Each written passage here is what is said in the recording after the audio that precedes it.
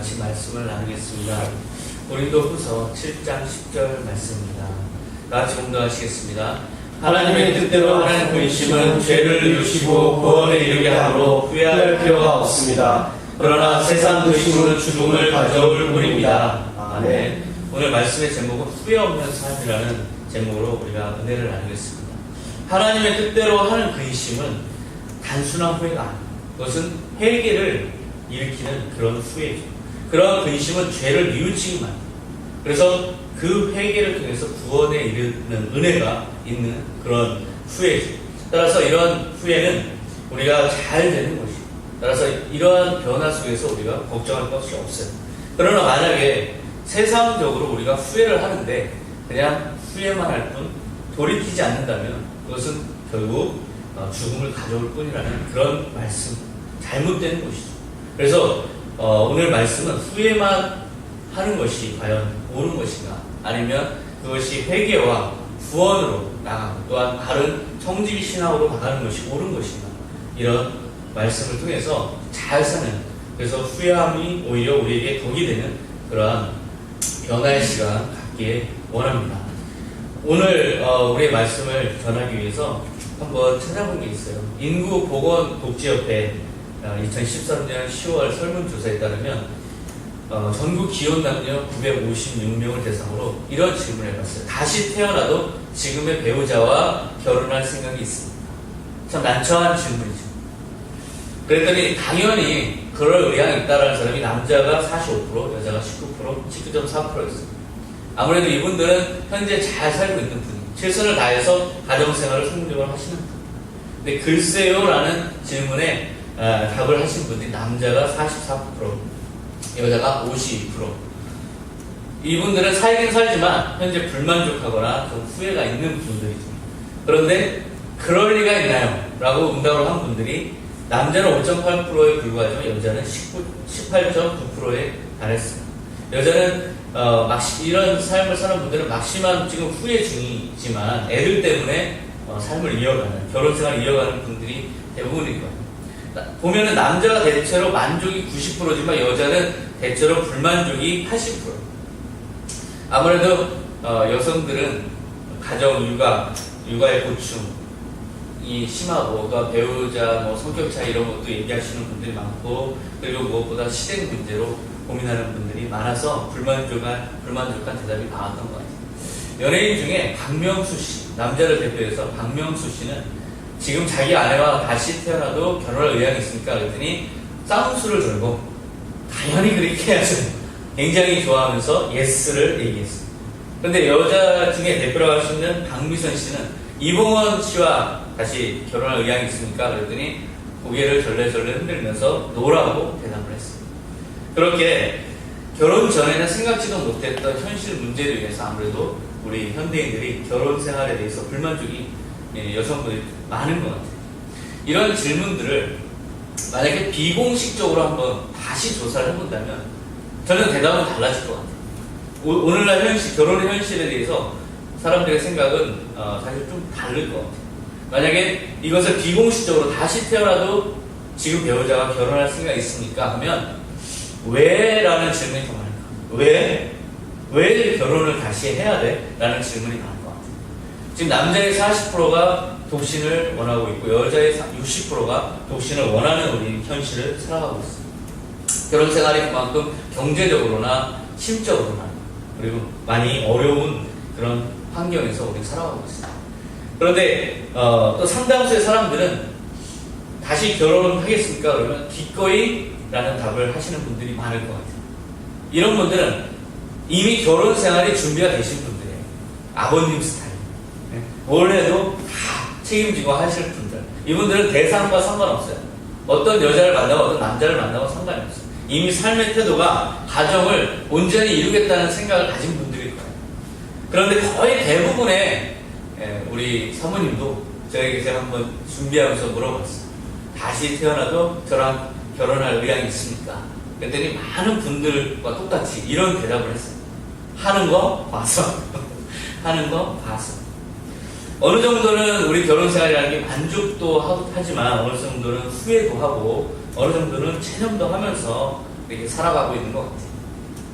이러한 질문들은 현실에 우리가 잘 살고 있는지를 한번 되돌아보는 질문으로 아주 유용하다. 다시 태어나도 라는 앞에다 다시 태어나도를 붙인 다음에 어떠한 지금의 우리의 살아가는 모습에 갖다 붙여서 질문을 만들어도 그것은 결국 우리 자신이 지금 잘 살고 있는지를 성찰하는 질문일 거예요.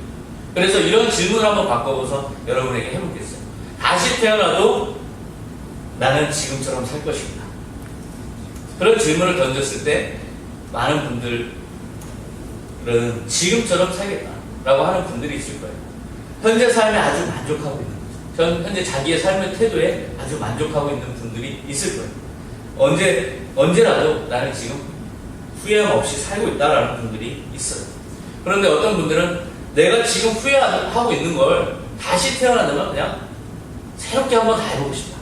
이렇게 생각하는 분들이 있습니다. 이런 분들은 현재 지금 불만족한 삶이죠. 그냥 체념 속에 살고 있어서 다시 태어난다면 원 없이 한번 해보고 싶다. 지금은 못하는 게 너무 많다. 현실의 제한과 압박에서 시달리는 삶을 사시는 분들이 이런 대답을 할 거예요. 그런데 과연 최악의 답은 뭔가? 최악의 답은 이걸 거예요. 다시 태어나도 별로 다를 것 같지가 않다. 이런 답일 거예요.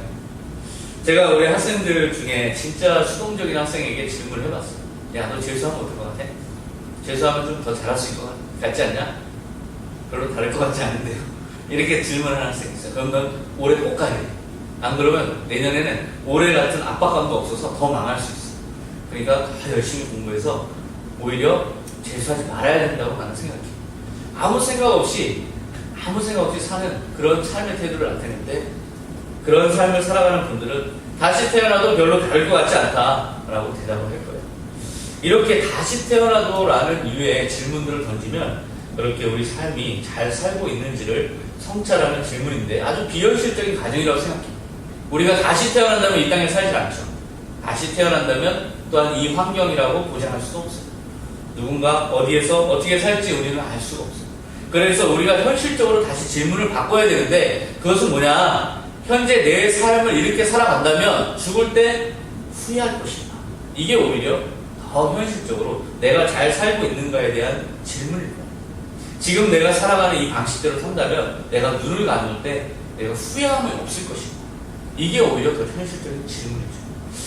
그 유시화 시인이 쓴 시 중에 지금 내가 알고 있는 걸 그때도 알았더라면 이라는 시가 있어요. 이 시는 그런 후회하는 그런 모습들을 담고 있어요. 킴벌리 커버거의 원래 시인데 유시화 시인이 인용한 거예요. 몇 가지만 읽어드리면 지금 알고 있는 걸 그때도 알았더라면 내 가슴이 말하는 것에 더 자주 귀를 기울였으리라. 모든 사람에게서 좋은 면을 발견하고 그것들을 그들과 함께 나눴습니다. 내가 만나는 사람을 신뢰하고 나 역시 누군가에게 신뢰할 만한 사람이 되었습니다. 분명코 더 감사하고 더 많이 행복해 했습니다. 지금 내가 알고 있는 걸 그때도 알았더라.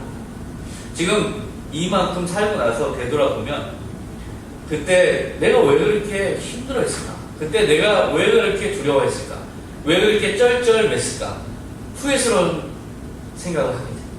지금 내가 알고 있는 세상의 이치와 깨달은 경험들 속에 깨달은 많은 진리들을 그때도 알았더라면 그렇게까지 쩔쩔매면서 힘들어하면서 죽음을 생각하고 고통스러워하지 않았습니다. 그리고 조금 더 집중했을 텐데 그런 생각을 하게 돼요. 그래서 생각해보면 하고 나서 후회할 만한 일을 안 하는 게 옳은 것 같아요. 또한 나중에 후회 없을 만큼 내가 지금 최선을 다하는 게 옳은 것 같아요. 그런 깨달음을 이런 시를 통해서 깨닫게 돼요. 이것이 바로 우리의 삶의 기준이 되면 우리는 만족할 만한 그리고 잘 산 삶을 살 수 있다고 저는 생각하게 되었어요. 내가 눈을 감을 때 후회할 만한 나의 삶인가 이것을 생각해보면 우리 삶의 기준이 잡힐 것 같다는 생각이 들어요. 지금 잘 살고 있는 건지 판단하는 진정한 기준은 내가 지금 살아가는 이 모습대로 살았을 때 과연 후회할 것인가. 소설가 고코엘 씨는 자유주의 논객이에요. 그래서 자유주의적인 글을 많이 쓰는 분이었는데 이분이 아주 감동적인 스토리가 최근에 알려졌어요. 이분은 간암 투병 중이에요. 소설가지만 간암 투병. 그런데 암에 대한 치료를 거부하면서 자기가 못다 썼던 글을 쓰느라고 거기에 집중한 그런 소설가로 아주 화제가 되고 있어요. 1989년부터 1991년까지 역사 속의 나그네라는 전편을 3권을 썼어요. 그런데 그 연재가 끝나고 나서 잠깐 접어놨어요. 그 접어놓은 지가 차일피를 미뤄서 20년 동안 접어놓은 거예요. 그런데 2012년 봄에 간암 말기 판정을 받아요. 그랬을 때 이분의 머릿속에는 어떤 게 떠올랐냐면, 역사 속에 나그네 이거 쓰던 거 어떡하지? 저거 마무리해야 되는데 어떡하지? 이 생각이 가장 크게 마음에 왔습니다. 그래서 아내에게 이렇게 선언해요. 난 병원 가서 치료받지 않겠다. 이 책을 끝내고 죽겠다. 이렇게 선언을 하고선 암에 대한 치료를 거부하고 자기의 집필에만 몰입했습니다.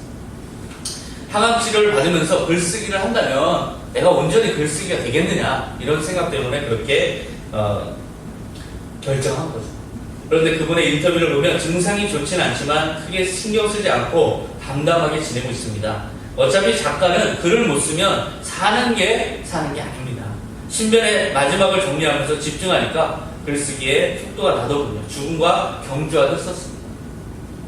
복골 씨는 지금 현재 내 질병에 대한 치료보다 내 삶의 마지막에 후회할 일, 그것이 더 큰 의미와 가치로 다가왔습니다.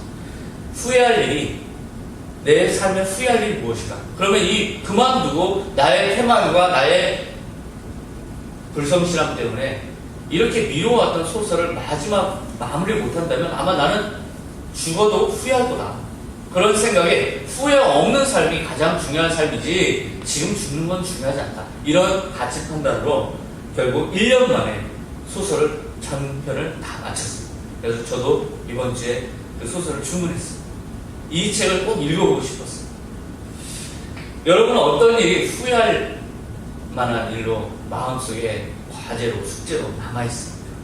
어떤 일을 해야 후회함 없이 눈을 감을 수 있습니까?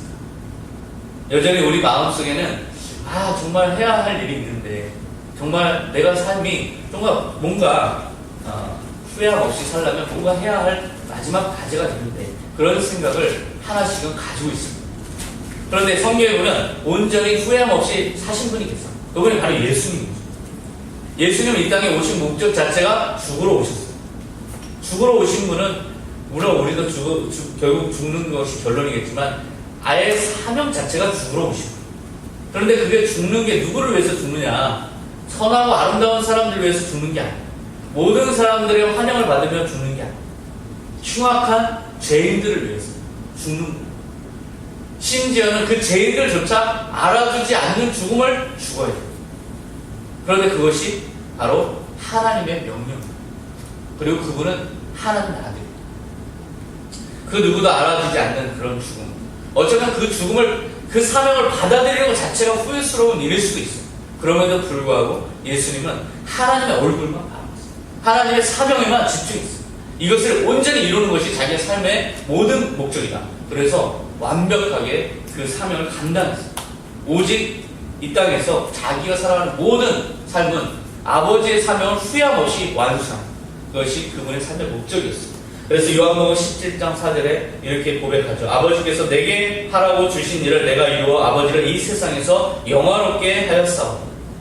완벽하게 이루신 예수님의 당당한 그런 후회 없는 삶에 대한 고백입니다. 우리도 우리 삶을 되돌아보세요. 이 70년, 80년 살 우리의 삶이 후회뿐인 삶이면 과연 되겠습니까? 적어도 눈 감을 때 후회할 일은 없어야 되지 않습니다. 후회스러운 순간순간마다 다시 돌이켜서 최선을 다해서 다시 후회 없는 삶을 살겠다라는 생각으로 우리가 변화된다면 그것이 바로 옳은 삶이에요. 돌이켜서 후회 없는 삶으로 바꿔 나가야 되는 게 바로 우리의 지금 주어진 사명입니다. 소설가 복골 씨가 존경스러운 점이 바로 그 점입니다. 자기가 죽음의 문턱에 있음에도 불구하고 자기가 후회하지 않을 일이 오히려 가장 우선순위 되는 일로 삼았던 그의 모습 속에서 정말 진정으로 인생의 가치를 생각하는 한 사람의 아름다운 판단을 저는 보게 돼요. 이 세상이, 그분은 이렇게 생각했을 거예요. 이 세상에서 내가 숨쉬는 순간이, 내가 숨쉬고 있는 이 순간이 결국 내가 돌이킬 수 있는 마지막 기회라는 그런 생각을 했어요. 우리가 이 땅에 살아가는 것 자체가 우리가 언제든지 후회하지만 돌이킬 수 있는 유일한 기회. 우리가 죽으면, 죽음이라는 게 뭘까요? 그런 돌이킬 기회가 끝난 겁니다. 영원히 끝난 겁니다. 천국이란 무엇일까요? 천국은 영원히 후회함 없는 삶을 산 사람들이 만족하면서 살아가는 곳이죠. 물론 우리 삶의 일말의 후회스러운 것도 있죠. 하지만 예수님의 위로가, 예수님의 안아주심이 있기 때문에 우리는 후회가 없어요. 천국은 영원히 후회함 없는 홀가분함으로 만족하면서 살아가는 곳이에요. 지옥은 무엇일까요? 지옥은 영원히 후회하는 곳이에요. 영원히 후회하면서 고통을 받는 곳이에요. 단순히 거대한 불구덩이 속에서 우리가 몸이 타들어가는 고통 속에서 그냥 몸의 고통만 받는다고 생각하면 안 돼요. 마음에 끊임없이 자기가 왜 내가 이런 짓을 했을까? 내가 왜 이렇게 살았을까? 끊임없이 후회하는 것이에요. 이 후회가 진정한 고통이에요. 우리가 후회가 될 때 얼마나 고통스럽습니까? 그런 후회를 끊임없이 해야 되는 것, 그러나 만회할 기회가 없는 것, 바로 그것이 지옥이에요. 부자와 나사로 이야기를 한번 떠올려 보세요. 부자는 지옥에서 불꽃 속에 괴로워하면서 아브라함에게 이렇게 요청하죠. 아브라함과 대화를 하는데 아브라함이 이렇게 얘기하죠. 누가복음 16장 25절에 아브라함이 이르되 예, 너는 살았을 때 좋은 것을 받았고 나사로는 고난을 받았으니 이것을 기억하라. 마치 지금 살아있는 사람에게 하는 얘기처럼 이것을 기억하라. 그는 여기서 위로를 받고 너는 괴로움을 받느니라. 괴로움을 받는 원인을 전생에 지옥에 오기 전에 이 세상에서 어떻게 살았는지에 대한 평가로 이 지옥에 온 그 원인을 판단의 근거로 삼고 있습니다. 그리고 거기서 이것을 기억하라. 기억을 되살리라고 기억하라고 말하고 있습니다. 그것은 우리가 지금 기억하는 모든 것이 똑같이 기억나는 곳이에요. 우리가 망각하는 게 어떻게 보면 축복일 때가 있죠. 우리가 잘못한 것들을 우리가 망각하고 살기 때문에 우리가 마음 편하게 사는 거죠. 그 모든 것들을 계속 CCTV 누가 틀어놓는다면 그거 굉장히 고통스러울 거예요. 그런데 지옥이라는 것은 바로 그렇게 내가 잘못하고 실수하고 죄를 지었던 수치스러운 내 과거가 계속해서 끊임없이 기억나는 것이죠. 후회해도 만회할 기회가 영원히 없는 겁니다. 그리고 이 땅에 살았던 모든 평가가 그대로 이어져서 영원히 기억되는 것. 바로 그것이 지옥이고, 그렇다면 반대로 천국은 어떨까요? 우리가 행했던 좋은 일들이 영원히 기억나는 것이고, 거기서 영원히 예수님이 우리에게 얘기하세요. 예, 너가 그때 정말 목말라하는 사람에게 물 한 모금 줬지. 아유, 그걸 또 얘기하시니까 아유, 그렇게 했어요. 그래, 내가 그때 얼마나 기뻐했지 모른다. 아유, 제가 그거 뭐 별것도 아닌데 뭘 그걸 또 기억하세요. 한 얼마 있다가 또 예수님, 그때 너가 물을 그렇게 줬던 거 정말 고마워. 아유, 그걸 또 기억하세요. 그게 고통스럽진 않죠. 기쁜 일이죠. 그렇게 우리가 잘한 일들이 영원히 계속 기억되는 곳이에요. 예수님이 기억해 주신다고 약속하셨어요. 이 땅에서 우리의 삶은 영원한 운명을 바꿀 수 있는 기회다. 이곳에서 바꾸지 못하면 하늘에서 바꿀 수가 없습니다. 후회스러운 삶을 사는 것도 이곳이요, 그것을 돌이킬 수 있는 기회가 있는 것도 이곳이고, 죽음 후에는 영원히 돌이킬 기회가 없습니다. 후회스러운 삶을 살았던 성경의 두 인물이 있죠. 정말 후회스러운 삶, 정말 성경에서 가장 수치스러운 잘못을 저질렀던 인물은 베드로와 가룟입니다. 둘 다 예수님을 배반하고 배신했습니다. 그런데 둘의 인생이 갈라진 게 무슨 이유일까요? 베드로는 자기가 수치를 느끼면서도, 그래서 수치를 느껴서 후회를 하면서도 그것을 또 회개할 기회를 얻었습니다. 그리고 예수님 앞에 다시 회복될 기회를 얻었습니다. 그러면서 사명을 감당해서 자기가 후회 없는 삶으로 인생을 마쳤습니다. 베드로는 예수님과 만났을 때 예수님이 물었어요. 예수님은 세 번째로 베드로에게 물으셨다. 요한의 아들 시몬아, 내가 나를 사랑하느냐? 베드로는 예수님이 세 번이나 물으심으로 슬픈 표정을 지으면서 대답했다. 그가 왜 슬픈 표정을 지었을까요? 예수님을 배반한 자기 자신에 대한 수치스러움, 그리고 그것을 후회가 역력한 표정을 지은 거예요. 그는 마음에 깊이 후회하고 있었어요. 예수님에게 저는 후회합니다 얘기하지 않아도 예수님은 그 표정 속에서 다 읽을 수 있었어요.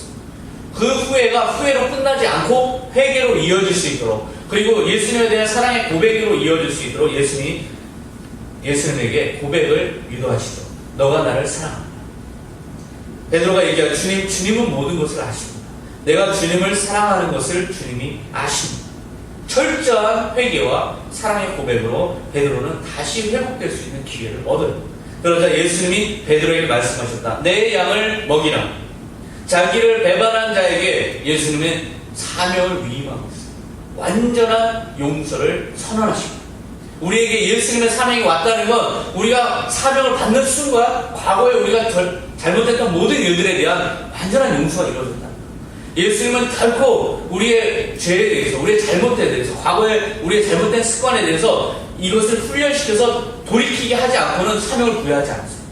철저하게 깨뜨리고 철저하게 고난 속에서 완벽하게 개조했습니다. 그런 다음에 사명을 위임했습니다. 베드로는 이렇게 사명을 위임받았습니다. 그에게 마음속에 철저한 후회, 그리고 그것에 대한 진정성 있는 회개, 그 회개와 돌이키려는 의식, 이것을 보시고 예수님은 명령하시고 사명을 위임하시고, 반면에 가룟 유다는 어때요? 가룟 유다는 오히려 말로 또한 성경에 보면 더 직접적으로 뉘우쳤어요.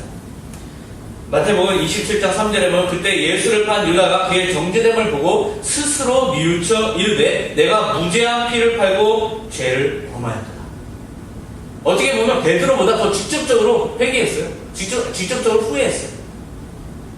그런데 문제는 뭐냐? 예수님으로부터 용서를 받고 예수님 앞에 회개하고, 그래서 예수님 앞에 온전한 회복을 받고 사명을 위임받는 제자로서의 자기 삶을 마무리할 그런 기대를 하지 않았어요. 자기 스스로 뉘우치긴 했지만 그걸로 끝났어요. 후회하긴 했지만 그걸로 끝났어요. 마태복음 27장에 보면 4절에 보면 유다가 은을 성소에 던져놓고 물러가서 스스로 목매어 죽은지라. 뭔가 가정이 빠져있죠. 후회하고 뉘우쳤는데 목매어 죽었어요. 예수님이 그토록 용서와 회복의 말씀을 많이 묻자 그렇게 많이 하셨지만 자기 후회감을 못 이겨서 자살해버렸어요. 돌이킬 마음이 없었어요. 완고한 모습이었어요. 예수님께 회개하지 않는 후회는 진정한 후회가 아닙니다. 예수님께 회개하고 회개의 주체이시고 회개를 받아주실 수 있는 진정한 용서하실 수 있는 예수님 앞에 온전하게 회개하고 그분으로부터 위로를 받지 않는다면 그건 진정한 후회가 아닙니다. 만약에 어떤 사람이 후회는 잔뜩 하는데 후회로 끝난다면 그를 용서할 수 있을까요? 아, 내가 그러지 말았어야 됐어. 그게 회개고 그게 돌이킨 걸까요? 뭔가 부족하죠. 그것만으로는 온전한 후회가 될 수가 없어요. 행동의 변화가 수반되지 않는 후회는 진정한 후회가 아니죠. 그건 진정한 용서를 받을 수가 없어요. 구약에 보면 사울 왕이 등장해요. 사울 왕은 끊임없이 후회했던 사람이에요. 능력이 출중했던 다윗을 질투하고 시기해서 몇 번이나 죽이려고 했죠. 그때마다 다윗이 옷자락을 베서 나도 당신을 죽일 수 있었지만 죽이지 않았습니다. 당신은 왜 나를 죽이려고 하십니까? 그때마다 사울은 얘기했어요. 내가 너를 죽이려고 했던 걸 후회한다. 내가 다시는 그렇지 않겠다. 그러면서 또 죽이려고 병사를 이끌고 또 쫓아가. 그렇게 후회를 하면서도 계속해서 똑같은 짓을 계속해서 반복했던 인물이에요. 선지자를 통해서 하나님은 끊임없이 회개와 돌이키라고 촉구하시고 명령하시죠. 하지만 그는 거부하고 계속해서 자기 멋대로 통치를 반복했어요. 회개와 돌이킴이 없는 후회는 완악한 것이에요. 결국 하나님은 그를 왕 삼으신 걸 후회하셨어요. 하나님이 오히려 그를 후회하셨어요. 사무엘상 15장 11절에 보면 내가 사울을 왕으로 세운 것을 후회하노니 그가 돌이켜서 나를 따르지 아니하며 내 명령을 행하지 아니하였습니다 하시니라. 사무엘이 근심하여 온 밤을 여호와께 부르짖으니 완악해서 돌이키지 않는 사울에게 그가 누차 후회할 때마다 하나님이 인정하지 않았어요. 야, 너가 후회하는구나. 그럼 됐다. 하지 않으셨어요. 끊임없이 후회는 하지만 돌이키지 않는 사울에게 사무엘을 통해서 돌이켜라. 하나님의 명령을 따르는 정의로운 왕으로 너가 바로 세워져야 돼. 끊임없이 다시 재차 돌이키고 온전히 삶을 바꾸라고 명령하셨어요. 하지만 그는 끝까지 거부했고 결국 그는 비참한 최후를 받게 됐습니다.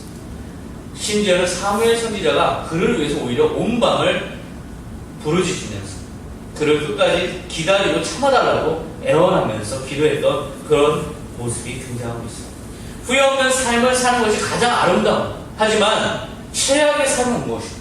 최악의 삶, 그것은 후회하면서도 계속 똑같은 삶을 반복하는 그것이 바로 최악의 삶이에요. 니체는 이걸 가리켜서 영겁회개의 저주라고 명명했습니다. 끊임없이 뉘우치면서도 똑같은 일을 반복하는 그런 상황이라면 그런 존재는 온전한 후회를 하는 것이 아니고 온전한 회개를 하는 것이 아니고 온전히 돌이키지 않기 때문에 그 운명은 결국 처음에 말씀 나온 대로 결국 죽음에 이르는 잘못을 저지르고 마는 거죠. 근데 생각해보세요. 누가 그렇게 돌이키지 못하게 만들고 있습니까? 누가 그렇게 내가 후회하면서도 내 삶을 바꾸지 못하게 만들고 있을까? 가룟 유다의 경우를 한번 보세요. 누가 가룟 유다에게 돌이킬 기회를 박탈했을까요? 예수님이 박탈한 적 없어요. 예수님은 끝까지 기회를 주셨어요. 이 땅에서 우리가 숨을 쉬는 모든 순간에 예수님은 끝까지 지금 우리에게 기회를 주고 있어요. 후회하냐? 돌이켜라. 후회하냐? 회개해라. 후회하냐? 돌이켜라. 끝까지 내가 널 기다릴게. 너에게 기회를 줄게. 이겨라. 계속해서 기다리고 기회를 주세요. 우리가 숨이 끝나는 그 순간까지 예수님은 끝까지 우리에게 돌이킬 기회를 주신다는 사실을 알아야 합니다. 기회를 박탈하고 있는 건 내 자신이에요. 내 자신의 태만과 내 자신의 완고함이 그 기회를 발로 차버리는 거예요. 우리 스스로의 완고함이 결국 그 기회를 놓치고 말게 만드는 원인. 사도 바울을 보세요. 사도 바울은 예수님을 핍박했던 사람. 예수님을 끝까지 쫓아갔고 예수님을 따르는 사람들을 잡아들이기 위해서 공문을 받아서 예수님을 따르는 사람들을 뒤쫓아가던 사도 바울이 다메섹 도상에서 예수님을 맞닥뜨려요. 예수님의 현현을 접하게 해요. 예수님이 물으시죠. 사울이 예수님에게 묻죠. 당신은 누구십니까? 사도행전 5절에 보면 사울이 당신은 누구십니까? 하고 묻자 나는 내가 핍박하는 예수다. 예수님을 만났어요. 그는 살아계신 예수님을 만나면서 진정한 후회를 하게 됐어요. 내가 부활하신 예수를 전에 듣긴 했지만 그것은 있을 수 없는 일이라고 이렇게 사람들을 핍박했구나. 내가 뭔가 무지했구나. 내가 잘못했구나. 그 자리에서 그는 꼭 부러져서 참회했어요. 그리고 완전히 자기의 인생을 돌이켰어요. 그리고선 그의 삶의 끝은 어디까지 갔어요? 로마에서 참수로 순교하기까지 그는 그 돌이킨 걸 번복하지 않았어요. 끝까지 돌이킨 걸 그대로 지켜서 사명을 완수했어요. 그가 로마서에서 이렇게 고백해요. 하나님의 은혜를 더 받으려고 계속 죄를 지어야 하겠습니까? 결코 그럴 수 없어요. 이미 죄에 대해서 죽은 우리가 어떻게 죄 가운데 그대로 살 수 있습니까? 후회 없는 삶을 추구하는 사도 바울의 입장에서 자기가 반복했던 죄악, 반복했던 후회를 그런 후회를 반복하는 삶은 바람직하지 않다는 선언을 하고 있습니다. 어떻게 계속 죄를 지어야 하겠습니까? 결코 그럴 수 없습니다. 그래서 어떻게 우리 죄 가운데 그대로 살 수 있습니까? 그렇게 주장하죠. 후회 없는 삶을 추구하라는 강력한 호소예요. 로마 성도들을 향한 호소예요. 그의 삶이 바로 그렇게 후회 없는 삶을 추구한 모습을 보여주고 있습니다. 완전하게 죄에서 돌이켜서 새로운 삶으로 변화되라고 사도 바울은 촉구하고 있습니다. 바울은 돌이킨 후에 후회함 없이 모든 걸 불사르고 하나님의 나라를 갔어요. 그에게 유일한 목적은 후회 없는 삶의 기준은 예수 그리스도. 그것을 표대로 삼았어요. 그래서 빌립보서 3장 14절에 표대를 향하여 그리스도 예수 안에서 하나님이 위에서 부르신 부름의 상을 향하여 달려가노라. 사도 바울이 삶의 목적으로 삼았던 건 더 이상 유대교의 교리와 율법이 아니었어요. 살아계신 예수 그리스도. 그가 그의 삶의 후회 없는 삶의 유일한 기준이었어요. 그 표대를 향해서 그리고 하나님의 나라에서 받을 부름의 상급이 그의 유일한 후회 없는 삶을 결정짓는 목표였어요. 사도 바울의 이 완전한 변화를 한번 우리도 묵상해보세요. 우리도 눈을 감을 때 후회 없는 삶을 산다면 그 기준은 무엇일까? 그것은 바로 예수님의 얼굴이고 예수님의 얼굴에 기쁨을 주는 삶을 살았을 때 우리는 후회 없는 삶이 됩니다. 예수님의 얼굴을 뵀을 때 우리가 감당할 수 없다. 그 부끄러움과 아무것도 하지 못한 불의한 청지기의 모습으로 인해서 부끄럽다. 그러면 그건 우리가 지금 후회하고 돌이켜야 될 우리의 삶이라는 거죠. 후회 없는 삶을 사는 것은 인생을 행복하고 가치 있게 만드는 비결이에요. 혹시 후회하는 삶을 살고 있지는 않은지 이 시간 우리 스스로를 되돌아봅시다. 아직 돌이킬 기회가 남아있어. 내가 숨을 쉬고 있다는 게 바로 그 증거예요. 돌이키려 하지 않는 내 완고함과 태만이 있다면 지금 곧 나와 지금 회개하고 돌이키고 예수님의 얼굴 볼 날을 우리 준비해야 돼요. 그것이 바로 우리 삶의 목적이고 그것이 후회 없는 삶을 사는 유일한 기준입니다. 예수님을 기쁘시게 하는 삶, 그것을 살 수 있다면 우리는 어떠한 삶을 살아도 후회 없는 삶이 될 수 있어요. 이것이 바로 잘 사는 삶의 비결인 거예요. 영원한 존재로서 자기 자신을 성찰하시는 시간이 되시기 바랍니다. 영원한 상급을 약속받은 선한 청지기로서의 우리의 운명을 이제는 우리가 받아들여요. 그것이 바로 우리가 잘 사는 비결이라는 걸 깨닫는 시간 되시기 바랍니다. 자신의 재능으로 하나님의 나라와 교회를 이제 섬겨나가는 여러분들 되시기 바랍니다. 이것이 바로 후회 없는 삶을 사는 비결입니다. 기도하시겠습니다. 하나님 아버지 감사합니다. 우리가 날마다 연약함으로 인해서 넘어지고 또한 망각하고 그래서 후회 없는 삶을 살 때가 있습니다. 그러나 후회 없는 삶은 이제 끝내고 싶습니다. 주님, 우리가 후회를 반복하는 것처럼 그렇게 패단이 없습니다. 주님, 우리가 이제는 돌이키게 하여 주시옵소서. 온전히 주님 앞에 회개하고 우리 삶을 돌이켜서 이제까지의 후회스러운 삶에 거슬러서 오히려 후회 없는 삶으로 되돌아갈 수 있는, 돌이킬 수 있는 그러한 믿음과 결단을 이 시간 허락하여 주시옵소서. 이 모든 일들이 예수 그리스도 우리 주님의 얼굴을 볼 그 소망을 가질 때 가능해집니다. 주님, 예수님의 얼굴은 우리에게 후회 없는 삶이 될 수 있는 유일한 기준입니다. 우리가 그 표대를 향하여 부름의 상을 향하여 달려나갈 수 있는 선한 청지기 성도들 다 되게 하여 주시옵소서. 감사드리며 예수님의 이름으로 기도하옵나이다. 아멘.